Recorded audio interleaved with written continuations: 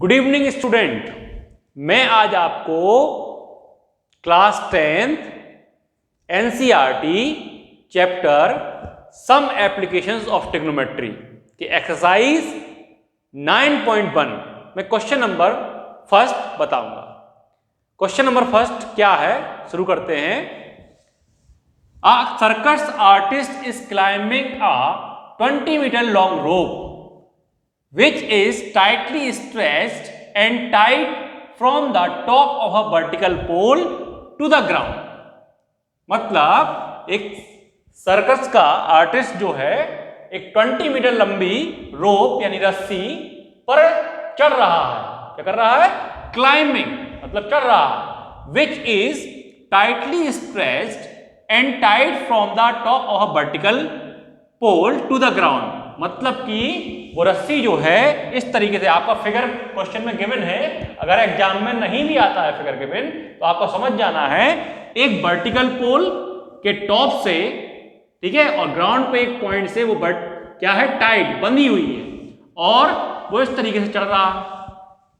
Find the height of the pole, इस pole की height find out करनी है। If the angle made by the rope with the ground, rope जो है, रोप ground के साथ, ये ग्राउंड के साथ कितना एंगल बना रही है? 30 डिग्री। कितना? 30 डिग्री। और आपको जो है height of the pole find out करना है। तो बेटा यहां पे अपन लोग height of the pole let कर लेंगे। कितना? h metre. Clear? h metre आपका क्या हो गया? हाइट ऑफ द पोल, यहां से यहां तक की हाइट जो फाइंड आउट करना है वो लेट कर लेंगे। क्लियर है?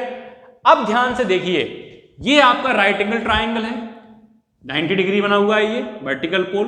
क्लियर? सीधा खड़ा हुआ है। अब इसमें आपको जो है 90 के सामने वाली साइड, मतलब हाइपोटेनस गिवन है। क्या है? हाइपोटेनस गिवन है। और जो गिवन एंगल है उसके सामने वाली साइड मतलब परपेंडिकुलर। परपेंडिकुलर क्या होता है? जो आपको एंगल गिवन होता है उसके जस्ट अपोजिट सामने वाली साइड क्या कहलाती है? परपेंडिकुलर। तो परपेंडिकुलर और हाइपोटेनस आपको दिया गया है, मतलब इनमें रिलेशन आपको निकालना है, जिसमें आपको हाइट फाइंड आउट करना है, मतलब परपेंडिकुलर फाइंड आउट करना है और हाइपोटेनस गिवन। क्लियर है? 30 डिग्री एंगल। तो परपेंडिकुलर और हाइपोटेनस का कौन सा ट्रिग्नोमेट्रिकल रेशियो यूज कर सकते हैं? तो आपको पता होगा sine of the given angle. कोई सा भी एंगल जो आपको गिवन हो तो उसका साइन किसका रेशियो होता है? परपेंडिकुलर और हाइपोटेनस का रेशियो होता है। किसका? Perpendicular and hypotenuse. मतलब यहां पे according to figure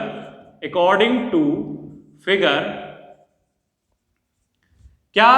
in triangle, कौन सा ट्राइंगल? ABC। इस ट्राइंगल में आपके पास कौन सा ट्रिग्नोमेट्रिकल रेशियो यूज करना है? साइन। और एंगल क्या दिया गया है? 30। तो मतलब साइन 30 डिग्री क्या होता है? Perpendicular upon hypotenuse. ये परपेंडिकुलर हो गया, ये क्या हो गया? परपेंडिकुलर, मतलब h, और हाइपोटेनस क्या है? 20। क्लियर? 20। तो साइन 30, आपको ट्रिग्नोमेट्रिकल टेबल याद होनी चाहिए। साइन 30 की वैल्यू जो होती है पिछली वीडियोस में मैंने आपको बताई है, ठीक है, कितनी होती है? 1/2 is equal to h upon 20। अब 2 का मल्टीप्लाई h में 2h, 20 इंटू 1 20, तो h equal to 20 upon 2। 2 multiply में है तो डिवाइड में चला जाएगा, तो 2 बन जा, 2 10 जा, मतलब height of the vertical pole कितना आया? 10 मीटर। कितना आया? 10 मीटर। इस क्वेश्चन में तो नहीं पूछा गया है, लेकिन एग्जाम में ये क्वेश्चन आ सकता है और आपसे जो है वर्टिकल पोल का जो बॉटम है और जहां पे वो रस्सी बंधी हुई है ग्राउंड पे, वहां तक की डिस्टेंस ही पूछ सकता है। क्या पूछ सकता है? डिस्टेंस। इस क्वेश्चन का आंसर तो ये हो गया, लेकिन ये डिस्टेंस भी पूछ सकता है। तो डिस्टेंस जब पूछे तो यहां पे हम डिस्टेंस को क्या मान लेंगे? x मीटर मान लेंगे।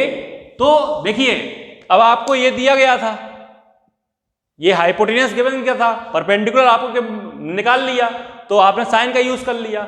अगर अब मुझे हाइट और डिस्टेंस मतलब परपेंडिकुलर बेस की बात होती तो 10 का यूज करते, तो 10 30 यूज कर लेते। क्लियर है?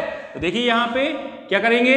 10 30 equal to h upon x, perpendicular upon base. तो 10 30 की वैल्यू 1/√3। हाइट की वैल्यू कितनी आ गई बेटा? 10 मीटर। x तो क्रॉस मल्टीप्लाई x बन जा x और 10 इंटू √3। कितना आ जाएगा? √3 मीटर। तो ये भी आपसे पूछ सकता है, लेकिन फिलहाल क्वेश्चन का आंसर क्या है? 10 मीटर। क्लियर है? इसको आप वीडियो को रोकिए और इसको नोट कीजिए और फिर मैं आपको क्वेश्चन नंबर 2 करवाता हूं। वीडियो को रोकिए और नोट कीजिए।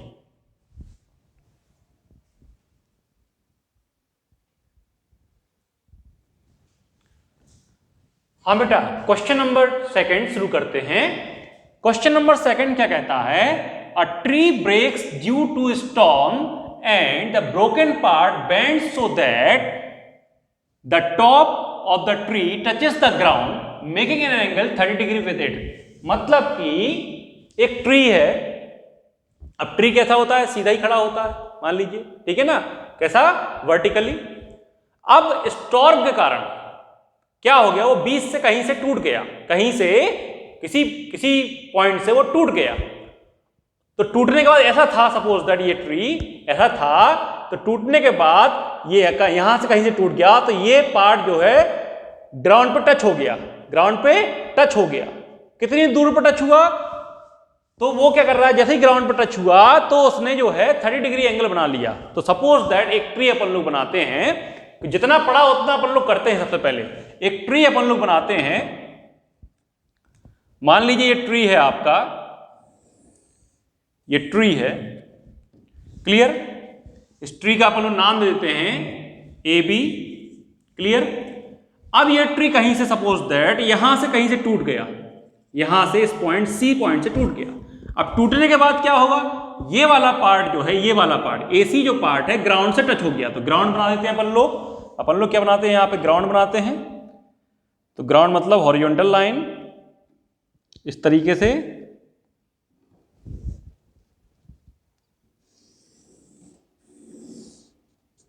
ये अपन ने ग्राउंड बना दिया। अब ये पार्ट जो है, ये पार्ट क्या होगा? ऐसे टूट गया, मतलब यहां पे इस तरीके से ये पार्ट मिल गया, क्लियर है? ग्राउंड पे टच कर गया, तो ये अपन ने ये टच करवा दिया, क्लियर है?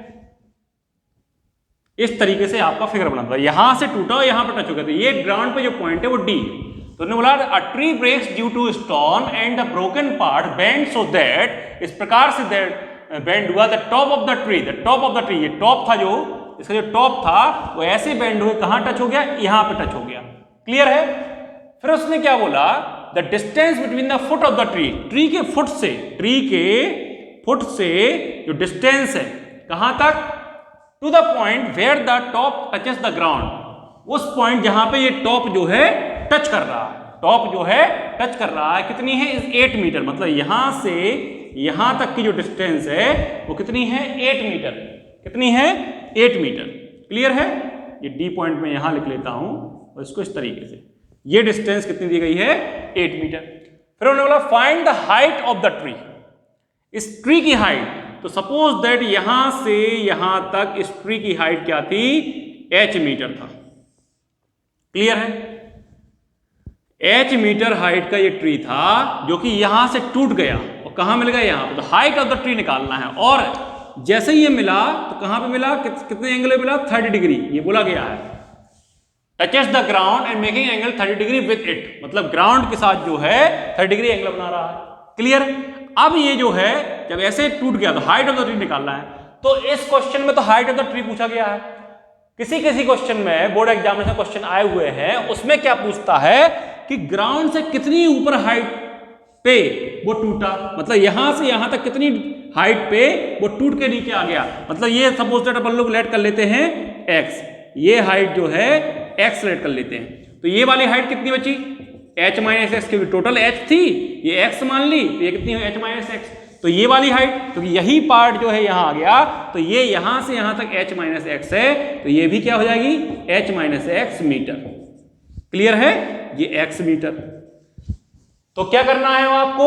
Height of the tree h निकालना है। किसी क्वेश्चन में x भी पूछ लेता है। क्या पूछ लेता है? x, मतलब कितनी ग्राउंड से कितनी ऊंचाई पे, कितनी हाइट पे वो ट्री टूट गया, ब्रेक हो गया, क्लियर है? तो इस क्वेश्चन को करने के लिए सबसे पहले आपको जो है x फाइंड आउट करना पड़ेगा, फिर h फाइंड आउट करना पड़ेगा, ठीक है? तो यहां पे जो है 3 चीजें दी गई है और तीनों चीजों में आपको जो है साइन लगा सकते हैं, टेन लगा सकते हैं, कॉज लगा सकते हैं। क्यों लगा सकते हैं? क्योंकि साइन क्या होता है? Perpendicular upon hypotenuse. कॉस क्या होता है? Base upon hypotenuse. और टेन क्या होता है? Perpendicular upon base. तो सबसे पहले जो है मैं लगा रहा हूं यहां पे टेंथ, कितना? 10/30। तो सबसे पहले क्या लिखेंगे? इन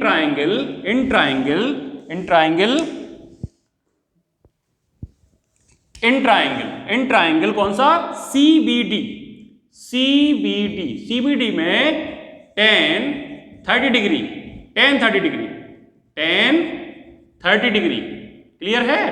tan 30 कितना हो जाएगा? परपेंडिकुलर मतलब कि x अपॉन बेस मतलब x, और tan 30 की वैल्यू क्या होती है?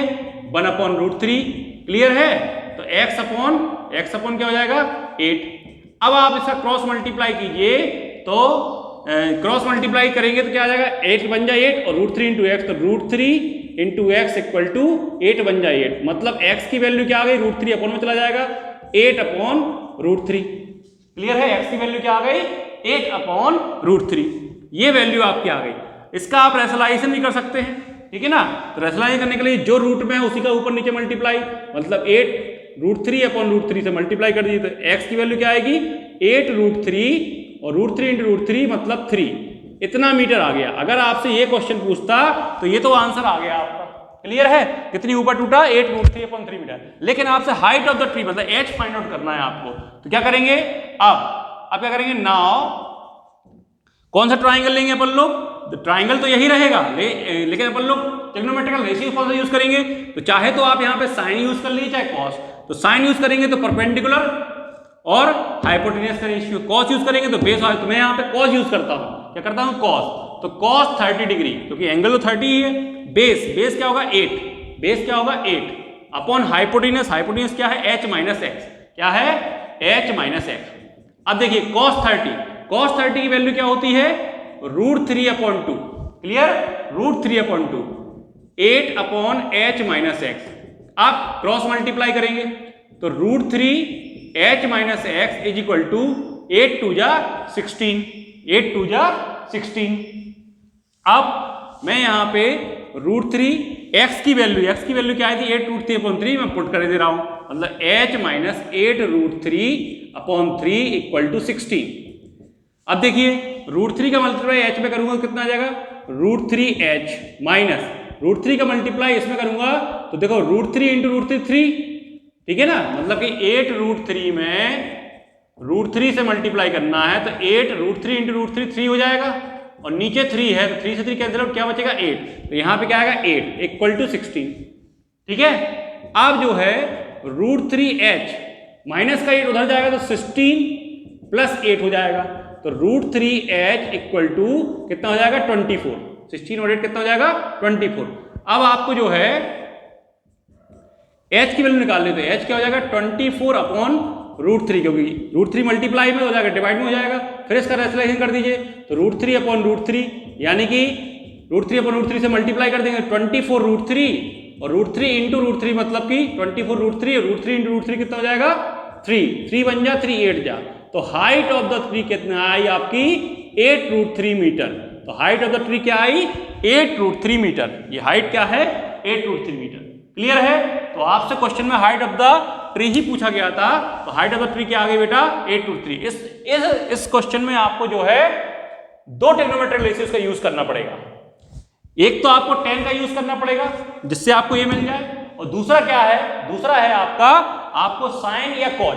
मैंने यहाँ पे कॉज इस्तेमाल किया, आप साइन भी यूज कर सकते हैं तो भी आपका आंसर आएगा, क्योंकि यहाँ पे आपको निकालना पड़ेगा। और ध्यान क्या रखना पड़ेगा इस क्वेश्चन में कि कितनी हाइट पे ट्री टूटा, तो उसको अपन ने x मान लिया, टोटल हाइट h मानी, तो ये h में से x माइनस होगा तब h माइनस है, और यही पार्ट टूट के ग्राउंड पे टच हुआ है, तो जितनी इसकी हाइट है, जितनी इसकी लेंथ है, वही यहाँ पे लेंथ आएगी। क्लियर है? ये ध्यान रखना, ठीक है? आई होप ये आपको समझ में आया होगा। इसको नोट कीजिए, फिर मैं क्वेश्चन नंबर 3 आपको बताता हूं। वीडियो को रोकिए और नोट कीजिए।